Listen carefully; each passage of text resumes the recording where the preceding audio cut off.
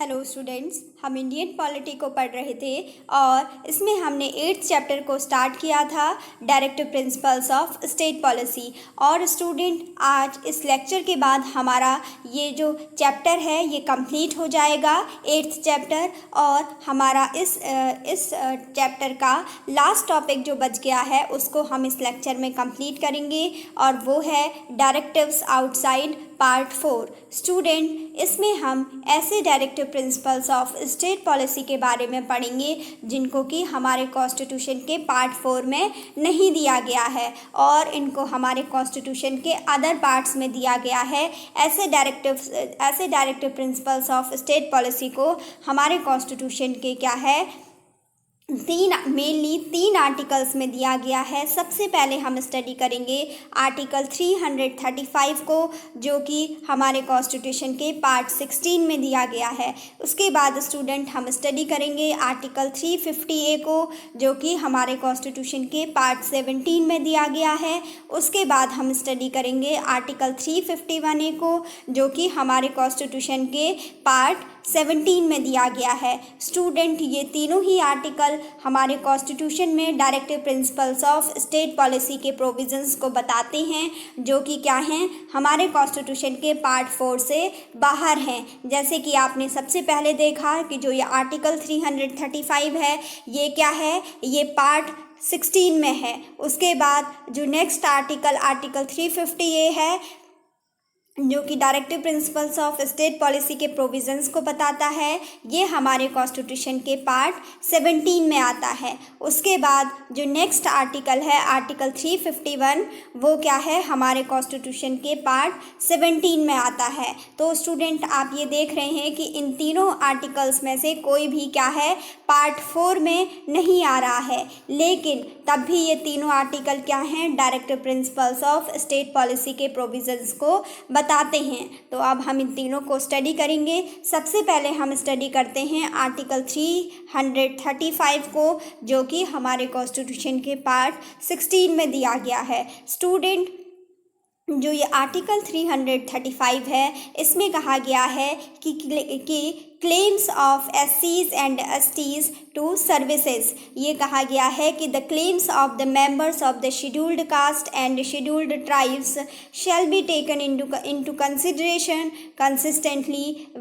with the maintenance of the efficiency of administration in the making of appointment to services and post in connection with the affairs of the union or a state। Student, इसमें ये कहा गया है कि अगर कोई भी post हो या फिर कोई भी अपॉइंटमेंट हो या क्या हो, कोई भी पोस्ट हो, कोई भी सर्विस हो जो कि किससे रिलेटेड हो, यूनियन से रिलेटेड हो, सेंट्रल गवर्नमेंट से रिलेटेड हो या फिर वो क्या हो, स्टेट गवर्नमेंट से रिलेटेड हो, तो ऐसी सर्विसेज में क्या किया जाएगा, जो भी स्टेट की सर्विस होगी या फिर जो यूनियन की सर्विस होगी, मीन्स सेंट्रल गवर्नमेंट की अगर कोई भी सर्विस है, कोई भी पोस्ट है, तो उस पर क्या होगा,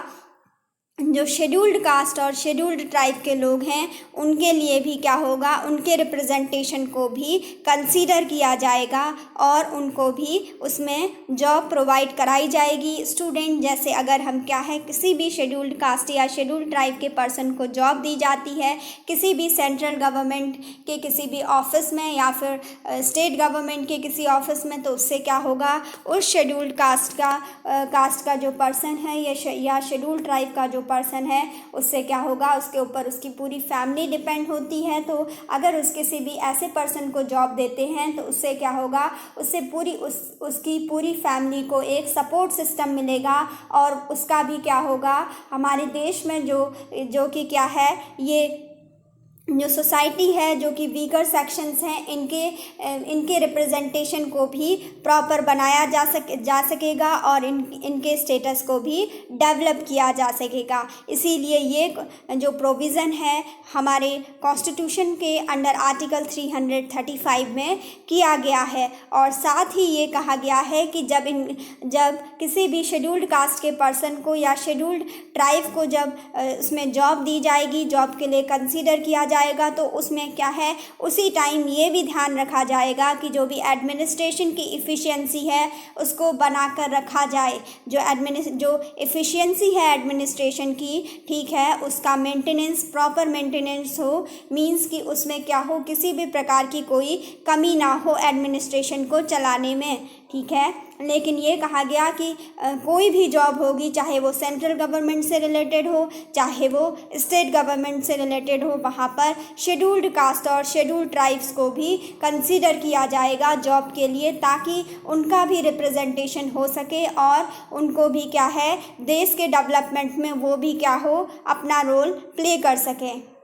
स्टूडेंट, ये था हमारा आर्टिकल 335 जो कि हमारे कॉन्स्टिट्यूशन के पार्ट 16 में आता है। स्टूडेंट, आप देख रहे हैं कि ये क्या है, ये भी पब्लिक वेलफेयर के कॉन्सेप्ट को बताता है। तो ये क्या है, directive principles of state policy के प्रोविजंस को बताता है, लेकिन ये क्या है, हमारे कॉन्स्टिट्यूशन के पार्ट 4 में नहीं है, ये हमारे कॉन्स्टिट्यूशन के पार्ट 16 में है। स्टूडेंट, इसके बाद हम अपना नेक्स्ट आर्टिकल पढ़ते हैं, आर्टिकल 350A, जो कि हमारे कॉन्स्टिट्यूशन के पार्ट 17 में आता है। इसमें भी कहा गया है कि ये क्या करता है, इसके थ्रू जो directive principles of state policy हैं उसके प्रोविजंस को अप्लाई किया जाता है, उनको इन्फोर्स किया जाता है।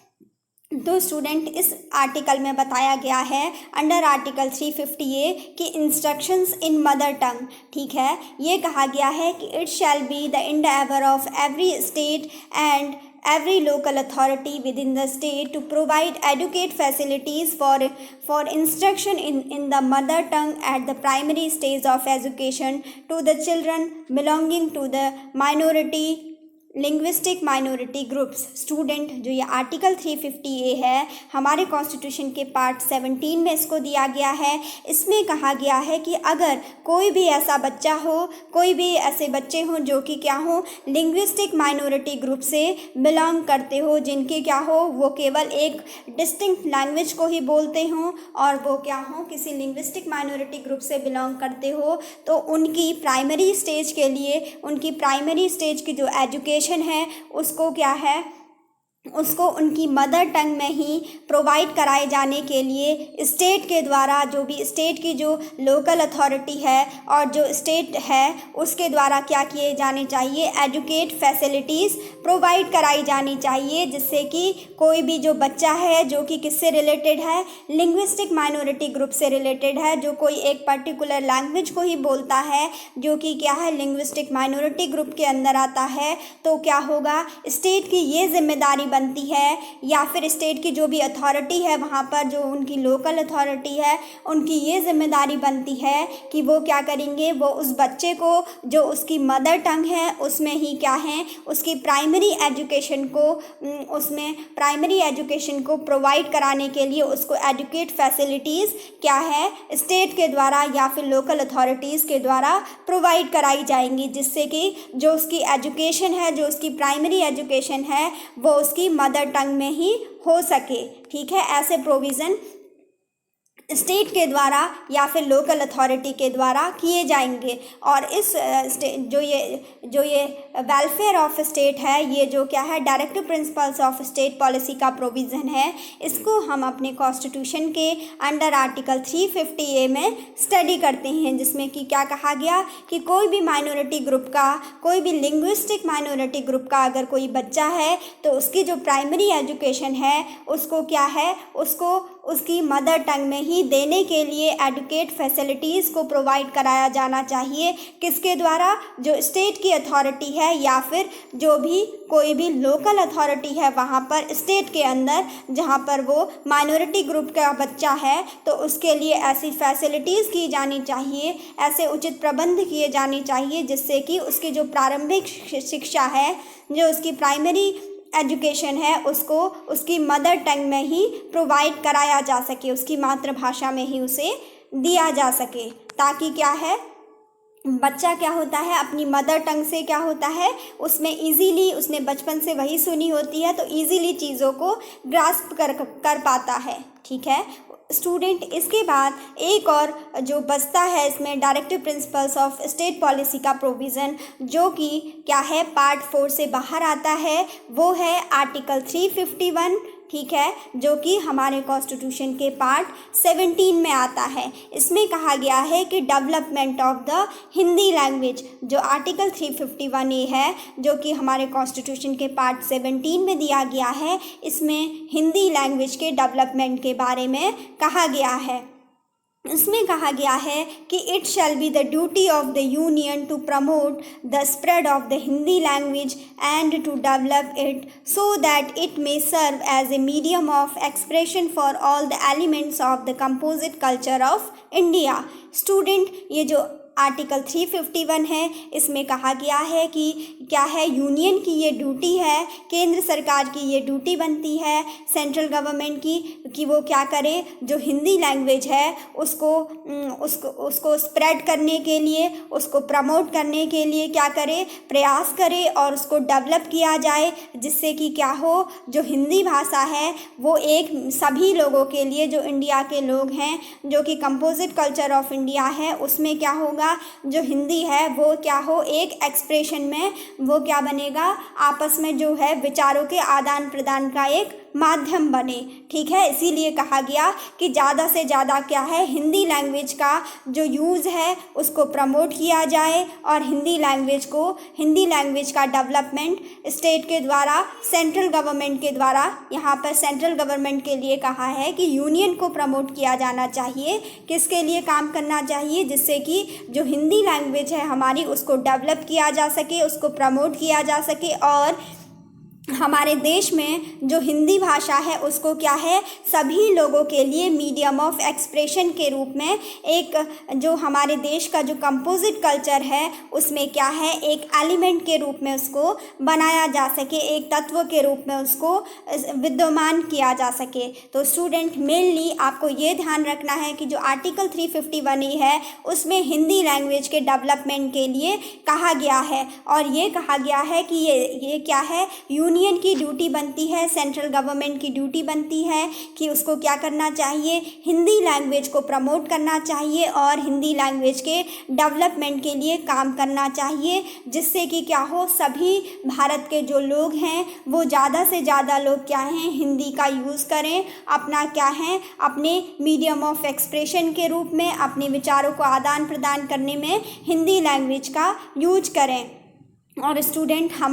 हमारे देश में क्या है लगभग क्या है 40% लोग क्या हैं हिंदी लैंग्वेज को बोलते हैं जिनकी क्या है मदर टंग, ऐसे लोग क्या है 40% हैं जिनकी मदर टंग क्या है जिनकी मदर टंग हिंदी है। और स्टूडेंट जो 30% लोग हैं वो ऐसे लोग हैं जो कि क्या हैं ऐसी लैंग्वेजेस को बोलते हैं जिनका ओरिजिन क्या हुआ है, जिनका ओरिजिन हिंदी लैंग्वेज से ही हुआ है, जैसे कि मराठी लैंग्वेज है, कोंकणी लैंग्वेज है, ये सब जो लैंग्वेज हैं, गुजराती लैंग्वेज हैं, ये सब जो लैंग्वेजेस हैं इनका जो ओरिजिन है वो क्या है हिंदी लैंग्वेज ही है। तो ये जो लोग हैं 30% ये भी क्या हैं ऐसे लोग भी हिंदी को बोल पाते हैं, समझ पाते हैं। तो ये कहा गया है कि टोटल हमारे देश में क्या है अब ये 70% लोग ऐसे हैं जो कि हिंदी भाषा को यूज़ करते हैं। तो कहा गया कि ये यूनियन की ड्यूटी बनती है कि उसे क्या है जो बचे हुए 30% है उन तक भी हिंदी भाषा को पहुंचाना चाहिए, उसका प्रमोट किया जाना चाहिए, जिससे कि क्या हो हिंदी एक हमारी कल्चर के रूप में क्या हो एक लैंग्वेज ऐसी होनी चाहिए जो कि एक कल्चर के रूप में शो करे कि ये क्या है हमारे इंडियन यूनियन की एक लैंग्वेज है। लेकिन ये कहा गया कि इस भाषा को लेकिन हिंदी को क्या है किसी के ऊपर थोपा नहीं जाएगा, ये भी इसमें कहा गया। अपनी किसी भी पर्सन की क्या है उसमें उसकी कंसेंट के अकॉर्डिंग वो उसको कर सकता है, उसके लिए प्रोविज़न लाए गए। तो स्टूडेंट यहाँ पे हमारा जो तीनों ही जो आर्टिकल हैं जो कि directive principles of state policy के प्रोविज़न्स को बताते हैं, उनको हमने यहाँ पर स्टडी किया। और ये क्या हैं, ये तीनों ही जो directive principles of state policy हैं ये सब के सब क्या हैं, नॉन जस्टिशिएबल इन नेचर हैं। जैसे कि हमारे कॉन्स्टिट्यूशन के पार्ट 4 में जो भी directive principles of state policy दिए गए थे वो भी क्या थे, नॉन जस्टिशिएबल थे। और ये भी क्या है, नॉन जस्टिशिएबल हैं।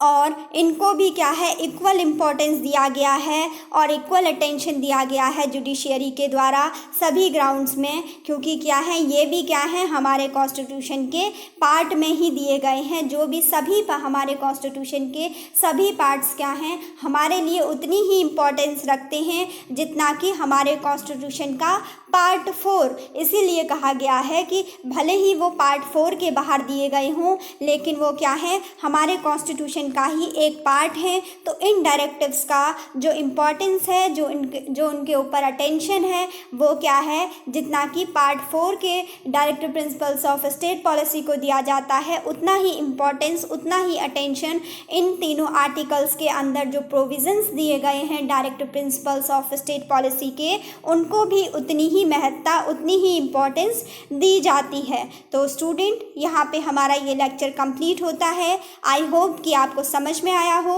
और स्टूडेंट इसमें क्या है, अभी आज हमारा चैप्टर 8 कंप्लीट होता है, लेकिन इसमें क्या है, चैप्टर के लास्ट में एक आर्टिकल की टेबल्स दी गई है। तो कोई नहीं, मैं उसको अपने नेक्स्ट लेक्चर में कंटिन्यू कर दूंगी और उसके बाद हमारा चैप्टर